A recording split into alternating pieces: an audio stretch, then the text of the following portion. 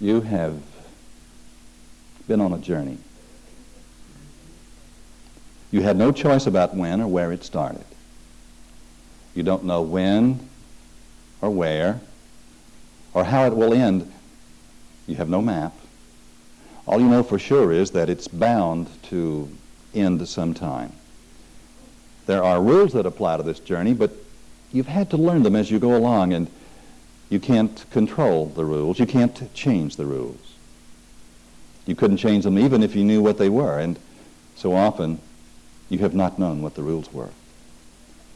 You may not even know the purpose of this journey, even though others claim that they do. All you know is that once you've started, you must continue every day, whether you feel like it or not, and there are no intermissions, no timeouts. You start with no possessions, and when you finish, you must turn in all that you have accumulated over the years of the journey. Now, some people say that's life, and you can't change it. But I say you can change it. That, yes, this is life.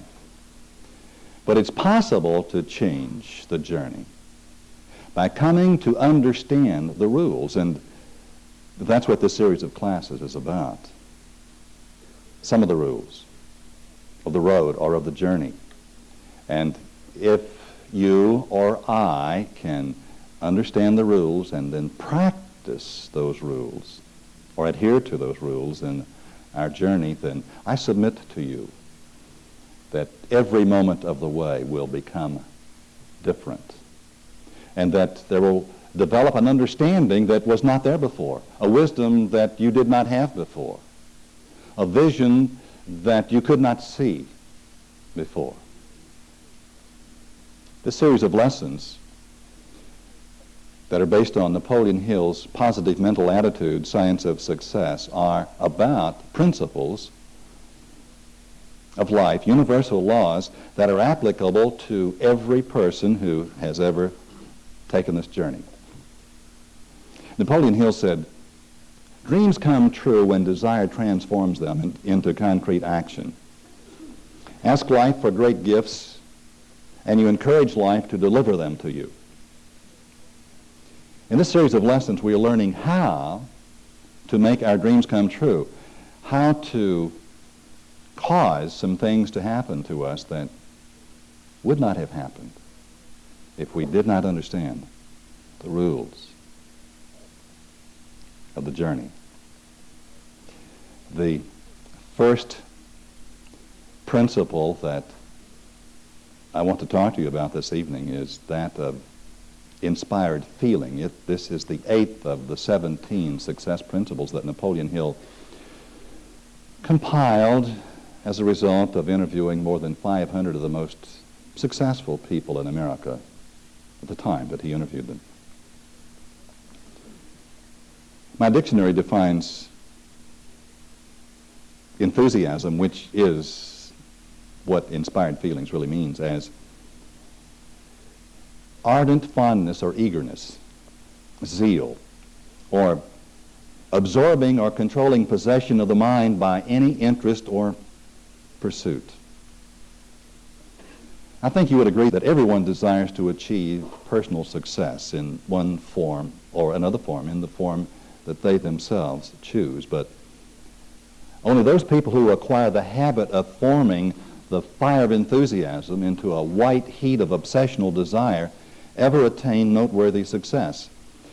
Success, by whatever definition, can never be arrived at unless and until that person becomes obsessed with an overwhelming feeling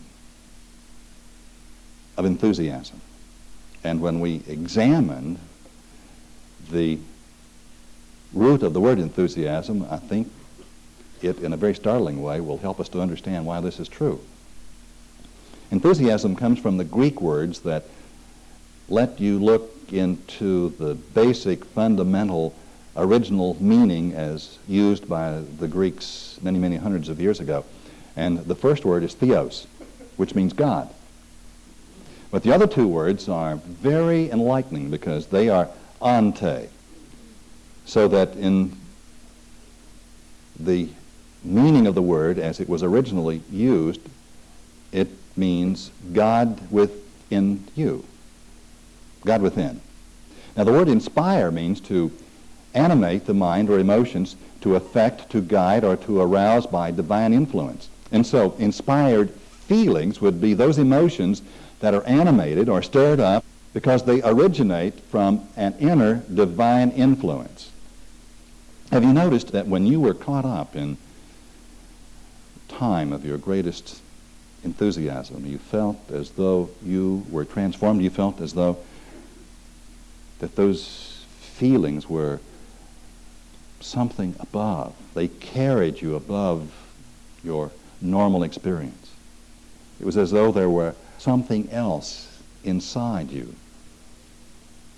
And in reality, there was.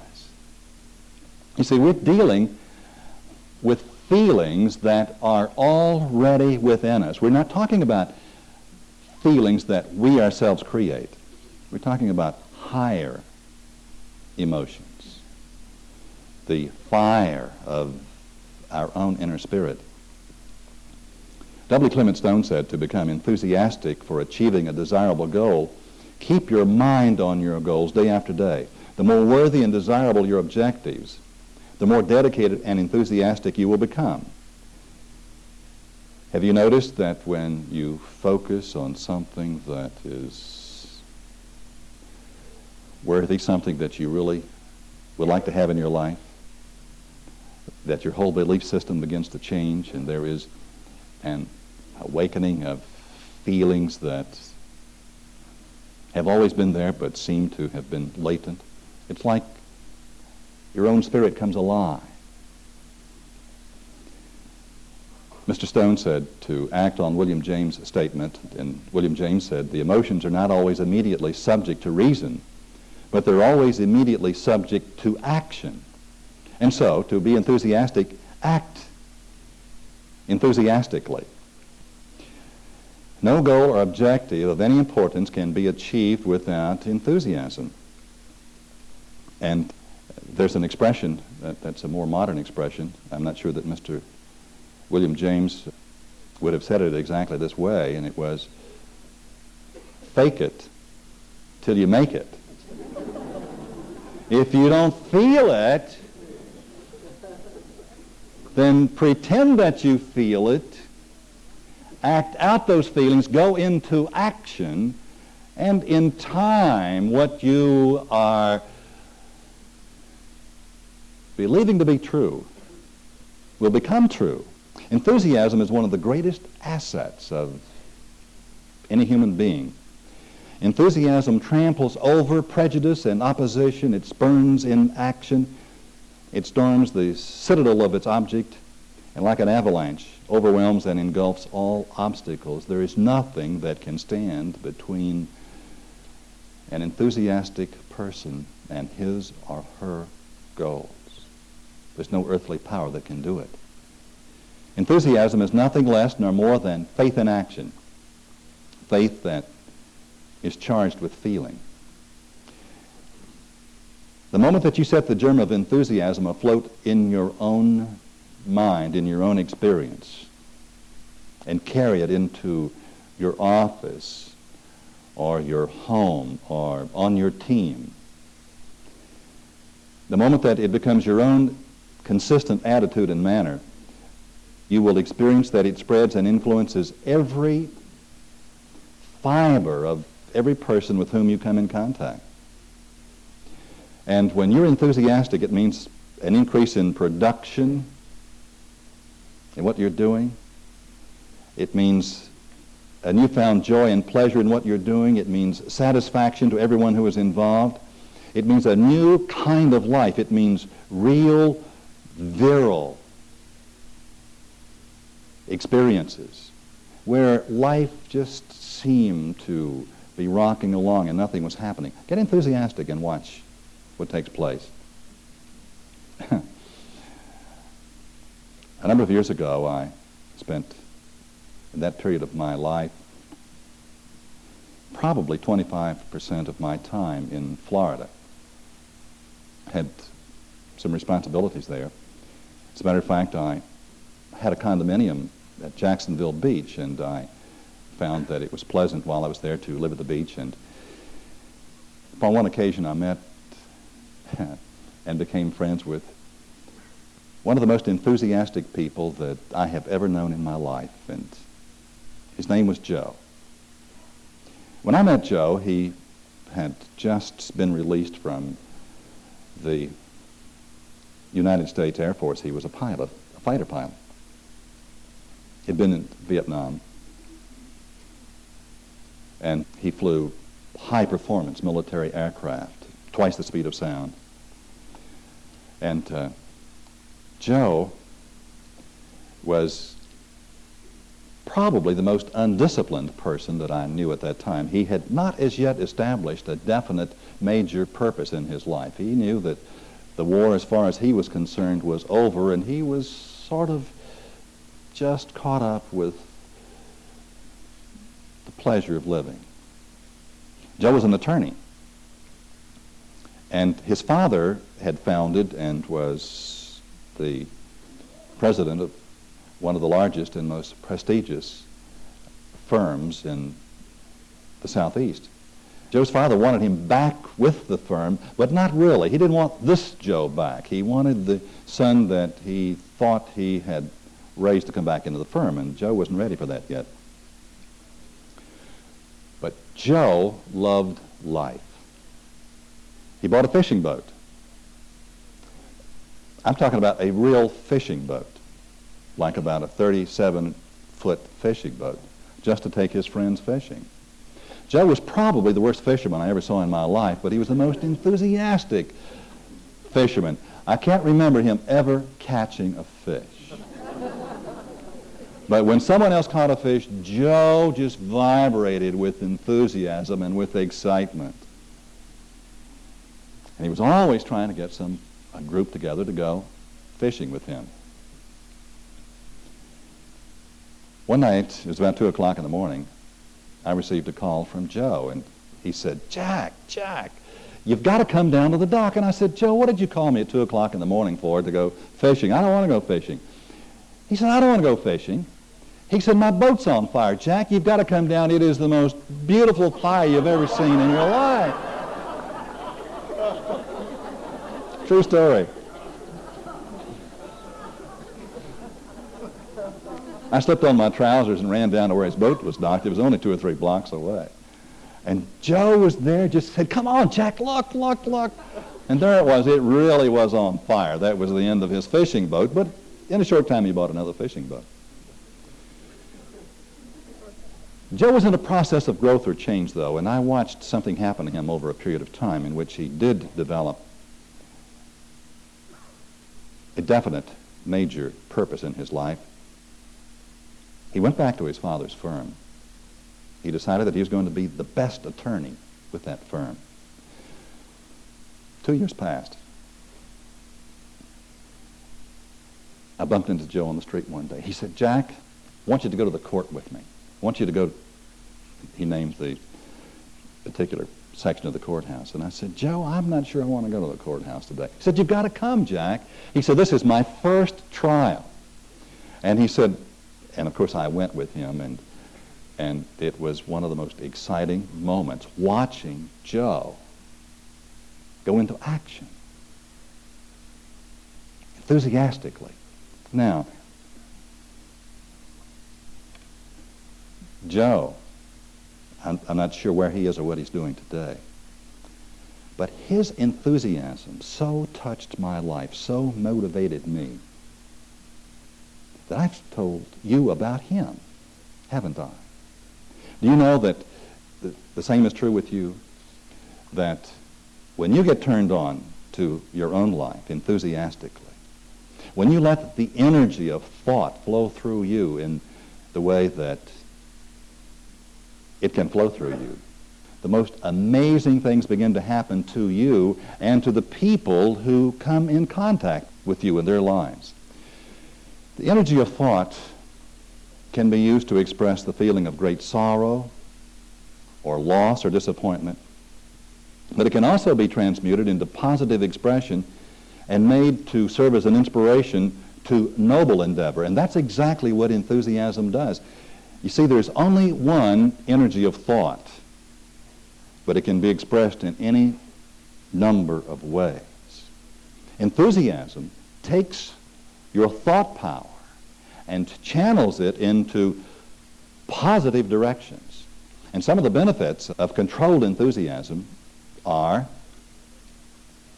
that enthusiasm steps up the vibration of your thought and also gives a pleasing and convincing color to the tone of your voice. It changes your whole demeanor. And in changing your whole demeanor, it changes your whole life. It takes the drudgery out of labor. Doesn't matter what your responsibilities might be. Decide that you not only like what you're doing, but become enthusiastic about what you're doing. And as you go into action to do the things that need to be done by you enthusiastically, it will be as though there is another spirit, another power, another something that takes charge. What you do will become effortless and joyful. You will discover that in the midst of that experience there will be a change in your personality. You will inspire confidence in the people who are all around you. And you'll discover something else too, that it will aid in the maintenance of sound health, or enthusiasm is one of the most important tools to use if you are correcting, if you're working with your mind to bring about a change in your state of health, if you are working with a physical problem. You see, enthusiasm is the most important single thing that we can call upon. It's the most important power that we can use to transmute negative emotion into positive emotion. And one of our problems in life is that we let the world around us take charge of our emotional responses to life. Enthusiasm is the major factor which converts a loser into a winner. Enthusiasm is the action factor of thought. You know, it's possible to sit in a chair and think. As a matter of fact, this morning early, I was seated in our living room about like this, feeling and thinking some things about my life. And I really felt so good that I could hardly stand it. I was enthusiastic about, I just was. I felt an inner joy and feeling of peace. I felt good about that moment and about what was to happen. But I realized that it was important in a little while to get up out of my chair and to go into action in the events of the day. The first one was to take a shower, get ready, and to go out expressing those feelings. Suppose I just thought my thoughts and felt my feelings. I would not accomplish very much, would I?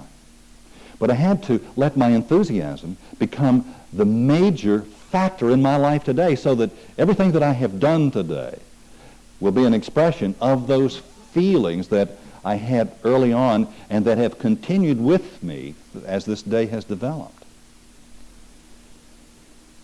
Now, how do you develop the habit of enthusiasm?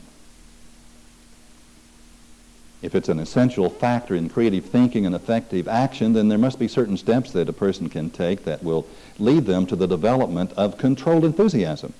And there are those steps, and let me share them with you. The first one is to adopt a definite major purpose and a definite plan for attaining that purpose. And to go to work carrying out that plan now, right where you are. And that definite major purpose might be in the morning just to have the very best day that you've ever had in your life. To let this day be your greatest day. Giving it your best shot. Responding to all of the events of this day with that controlled, obsessional desire, feeling feeling of joy and of excitement, so that you back that purpose, your definite major purpose, with an obsessional desire that becomes a burning desire. And number 3, write out a clear statement of both your definite major purpose and the plan by which you hope to attain it, together with a statement of what you intend to give in return for its realization. And begin to follow the plan through with persistence based on all the enthusiasm that you can generate. And number 5, ally yourself with other persons whose aid you need to become successful in your life. And of course I'm referring to a mastermind alliance, your own mastermind group. And remember that when you select a mastermind group, it should consist of partners with not only with creative vision, but people who are actively involved with bringing about changes in their own experience. If my life is the single most important thing that I have going, and I'm selecting a board of directors of certain other persons who are my mastermind partners, then I want to select someone who is actively involved in the creation of their own life, someone who knows what they're doing, they have a definite plan, they're in action with their plan, and they're enthusiastic about their lives. How can someone become enthusiastic with me about my life unless they're already enthusiastic about their own experience? So select and become involved with your own mastermind support group. It's very important, too, that you keep as far away as possible from joy killers and confirmed pessimists, people who keep losing, people who aren't going anywhere. Love them, but from a distance. Don't criticize them. Don't join them. Never let a day pass without devoting some time to carrying out your plans. And number 8, autosuggestion or affirmations is a powerful factor in the development of the new habits of thinking, feeling that we need to be working with. I know that a number of years ago when I became involved with this way of thinking, I created a number of cards just like these cards that I carried in. I had cards in every pocket. This material was not available at that time, and I discovered that as I set out in the course of my day, sometimes I might get 100 yards before life began to get to me. And I would reach for a card to remember what it was that I was supposed to think so that I could think it, or what it was that I was supposed to feel so that I could feel it. And some of those affirmations were, I'm a beautiful person with lovely physical features and a very trim, healthy body, and I radiate self-confidence. Now, if you don't have very much self-confidence, it's important to remember that you radiate self-confidence, and to tell yourself that you do, and to keep telling yourself until you get the feeling that you radiate self-confidence. I remember once that I stopped at the post office to mail a letter and had to stop in the bank, which is a half block away, to cash a check. And between the post office and the bank, my responses to my life must have changed 16 times. And I reached in my pocket for some cards to remember exactly what it was that I was supposed to feel so that I could feel it, and what I was supposed to think so that I could think it. My affirmations were very, very powerful tools, because as I made these statements to myself, I believed them, and they became the new reality of my experience. What are some of the factors which destroy enthusiasm? Well, one is poverty. Number 2 is physical illness. Number 3 is failure in business. Number 4 is disappointment in affairs of the heart. Anyone ever had that experience? Family disputes. Have you ever had your whole life just grind to a halt at the breakfast table?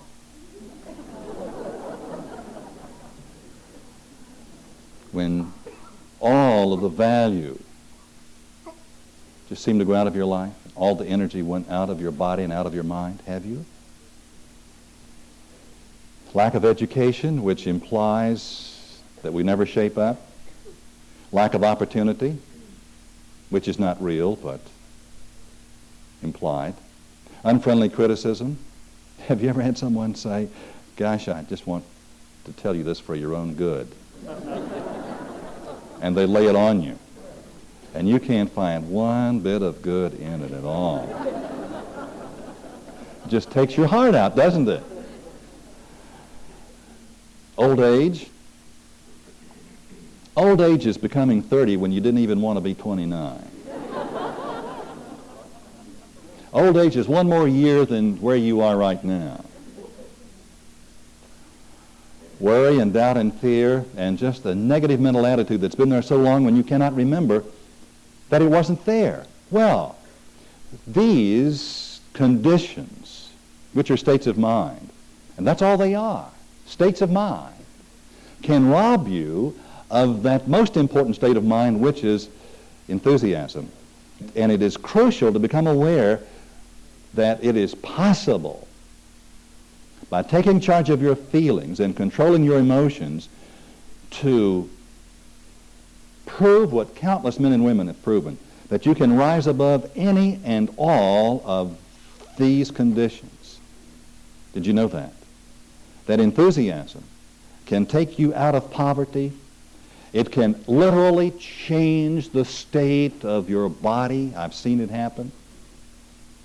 It can change and will change failures or losers into winners. It will, in matters of disappointment of the heart, to become enthusiastic, looking for the serendipity that is there. It will make you so glad that it worked out the way that it did. Enthusiasm is powerful.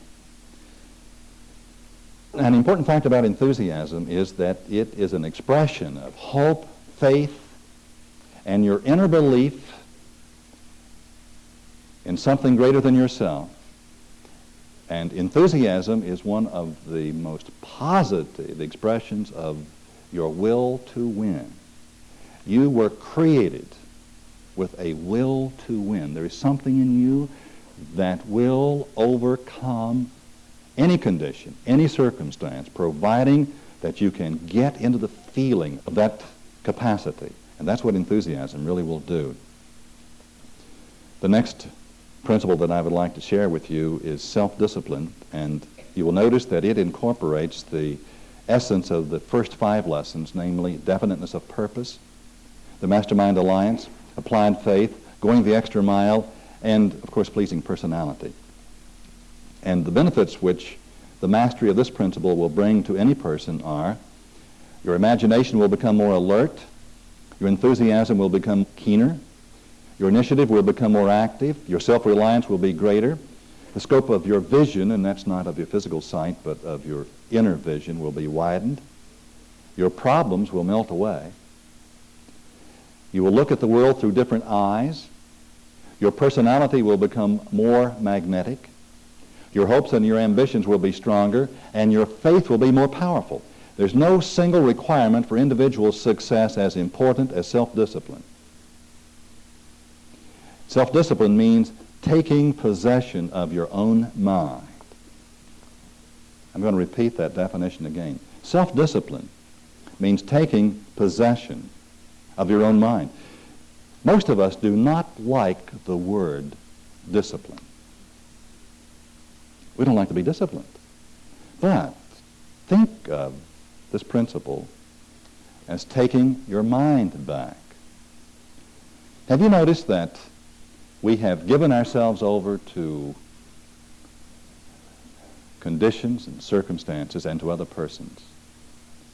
And in some large measure, we have turned our will and our lives over to the world around us and to the people that are there. Before we developed a definite major purpose in life, before we knew where we were going, we have looked around us to find someone else to make us happy, perhaps a job that would supply all of our needs with the least possible effort on our own part, and the involvement, the investment of the least number of hours if we can get the most out of where we are with the least amount of effort. Have you been aware that some of us have tried to practice this negative principle? Well, self-discipline, it means to take charge of your own mind again. And one of the first important things that begin to happen when we start working with this principle is that we begin to know ourselves again. And this principle has been referred to as the bottleneck through which all of your personal powers of success must flow. It is impossible to become successful unless we take charge of our own thought power. Until we become masters of our thoughts, we will never be successful. And it's important to become aware that most people act first and think later. But to become self-disciplined means that you think first and act later. Self-discipline will give you complete control over the 14 major emotions, and let me list them for you. And the positive emotions are love, sex, hope, faith, enthusiasm, loyalty, and desire. And by desire I mean an obsessional optimism. How would you like to be obsessionally optimistic? Having a positive mental attitude at all times under all circumstances. The negative emotions are fear, and we've discussed the major fears in another lesson. Jealousy, hatred, revenge, greed, anger, and superstition. All of these emotions are states of mind and are therefore subject to our direct control. If there's a state of mind that I'm experiencing, it's possible for me to take charge of my mind, to take possession of my mind, and therefore begin to determine how I will think and how I will feel in the midst of the events that are taking place around me. Unless we take control of our negative emotions, they will overwhelm us. We just simply will never be able to become the persons and having the experiences that we desire to experience. But it's also true of our positive emotions. For example, love. How many people have you known in your life who thought that love was enough, that I love you and you love me, and therefore, because we love each other, then we should spend the rest of our lives together? Perhaps that happened to you somewhere along the way. Later on, you discovered that love was not enough, that you did not have complete control over your emotion of love, that you did not incorporate in that emotion the kind of intellectual wisdom that was needed. Love is not enough. See, it is necessary for us to take positive control of these emotions. Let me give an example of what I'm trying to say. I saw a movie last night in which the hero was a Philadelphia detective. The heroine was an Amish young woman from Middle Pennsylvania who was in Philadelphia, passing through Philadelphia with her young son, who saw a murder that was committed. And at that point, the young son, the young mother, and the detective were caught up in a drama that began to unfold in the most amazing and surprising way, and in the most dangerous way. In a short time, they found themselves back on the Amish farm in mid-Pennsylvania.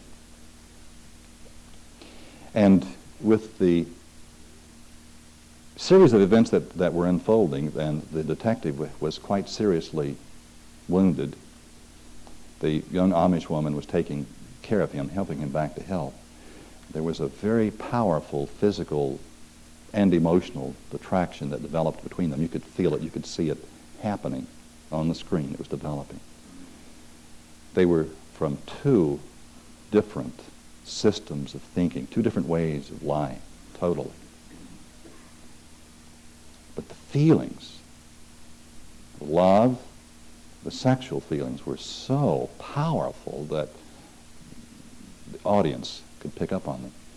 And there was one point where the young Amish woman, who was going against her whole belief system, was so emotionally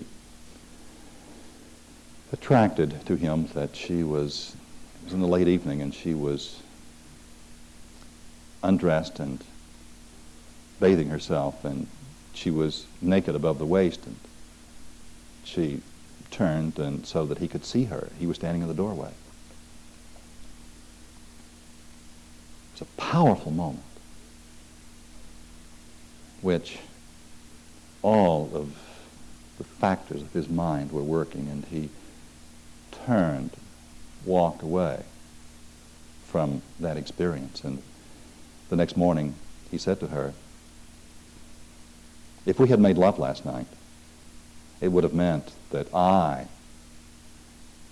would have stayed here. I would have joined you here in this Amish community. Or it would have been necessary for you to leave to have joined me where I would go. And I thought it was such a contradiction to a Philadelphia detective to respond so magnificently to a moment like that, in which his judgment overpowered a burning desire that was obviously there. His better judgment took control of his mind. He was able to take charge of and to discipline himself. Well, self-discipline means the complete mastery of both thinking and of our emotional responses in these important areas of our lives. One of the great things that happens to any person is when they achieve the ability to do what they need to do rather than what they want to do. To do what needs to be done. The moment that you and I take possession of our inner faculties, the moment that we let our higher self, our higher will take over, we are given the ability to make those kinds of decisions, to do what needs to be done. One of my all-time favorite statements is that of a man who in his 94th year said, now I want you to picture this, a little 94-year-old scraggly-legged man sitting up in the morning and putting his legs over the edge of the bed and saying, I fairly sizzle with zeal and enthusiasm as I spring forth with a mighty faith to do the things that need to be done by me. I fairly sizzle with zeal and enthusiasm to do what needs to be done by me, to do what should be done by me. When you and I become willing to do what needs to be done, what we have committed ourselves to do, when we have developed a definite main purpose in life, and enthusiastically go into action to accomplish that purpose, observing ourselves as we go along, becoming aware, checking ourselves out, it is astonishing the power that we're given to make the right choices and to take the right action and to take charge of our appetites, whether they be for food or sex or chemicals of any kind. We discover that with the proper expression of enthusiasm and self-discipline, we have no need for drugs or for any chemicals. That what our need is to be actively involved in our own experience, moving in the direction that is already pre-assigned. I did not discover until recently that Napoleon Hill owned and operated America's first driving school. And it was true.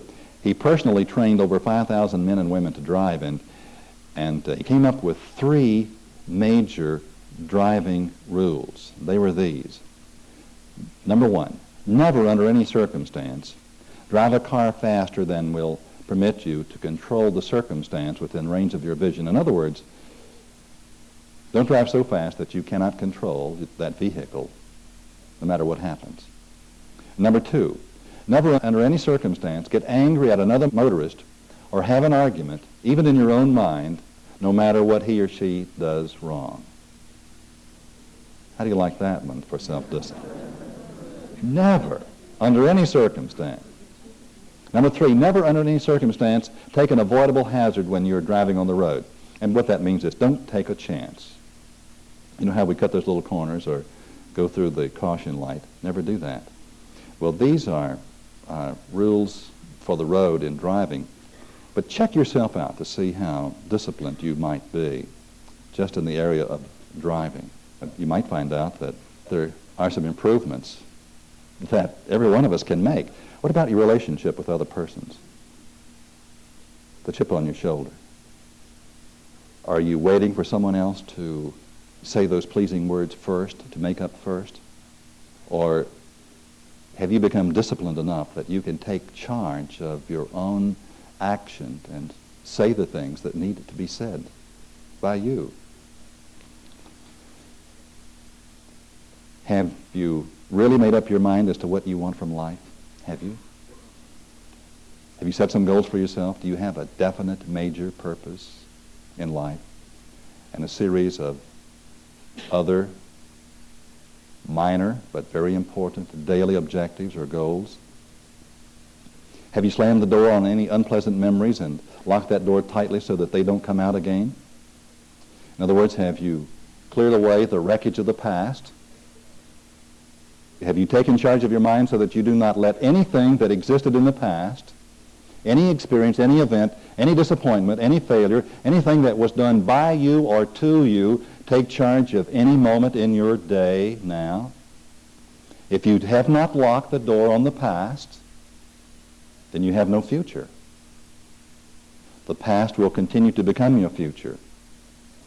Have you opened the doorway to the future so that no wind of adversity can blow it shut?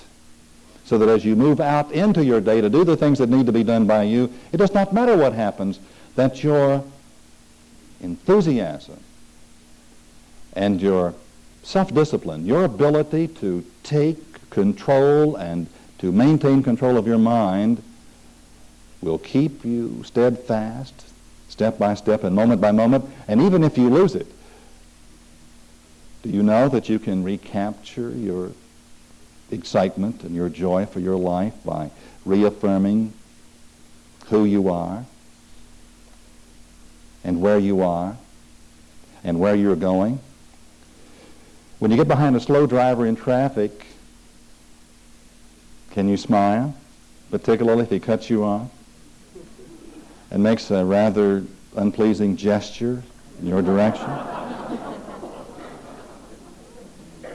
Happened to me tonight on the way to dinner, and I said, was she saying that to us?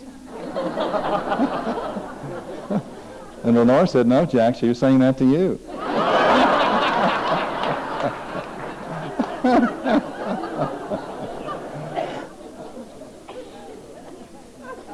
Og Mandino said in his great book, The Greatest Salesman in the World, today I will be master of my emotions. And how will I master my emotions so that every day is a happy day and a productive day? I will learn this secret of the ages. Weak is he who permits his thoughts to control his actions. Strong is he who forces his actions to control his thoughts.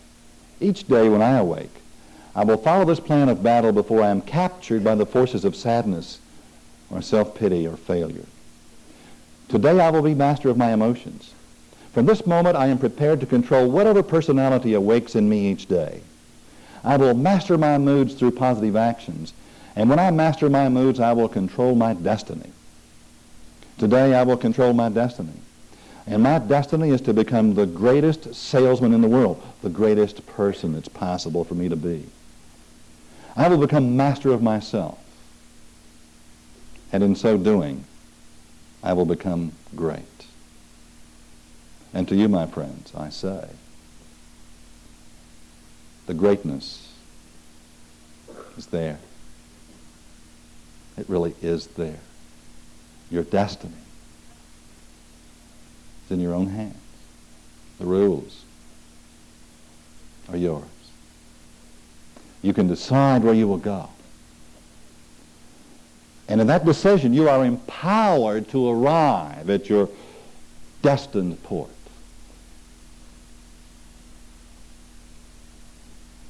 You cannot miss, if you will believe, that in you there is something greater than you, whose plan is expressing as the desires of your own heart, and whose power is expressing as that feeling of excitement that is in you even now. That's the way it really is.